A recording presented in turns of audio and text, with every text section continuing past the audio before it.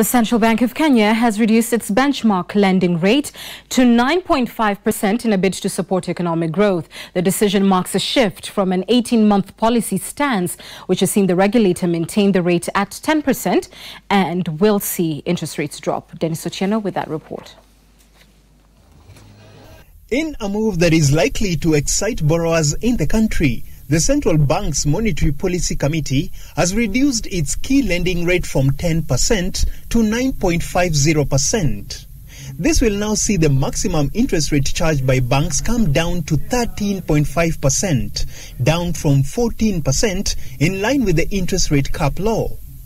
According to the law, banks cannot charge more than 4% of the central bank rate. In its assessment, the committee said the decision was taken to reflect several factors, which include the current inflation rate, which stood at 4.5% in February this year, and a stable foreign exchange market.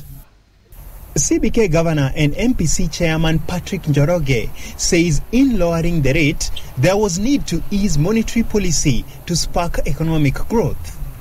The reduction of the base lending rate also comes at a time both the central bank and the National Treasury are in consensus that the interest rate cap had become unsustainable. The International Monetary Fund had also last week recommended the removal of the law capping interest rates as part of a try to extend the country's standby loan agreement by 6 months. The interest rate cap has been linked to slowing economic growth, with banks using stricter risk policy tools to assess customers. The last reduction on the benchmark rate was witnessed in September 2016 from 10.5% to 10%. Dennis Otieno, Citizen TV.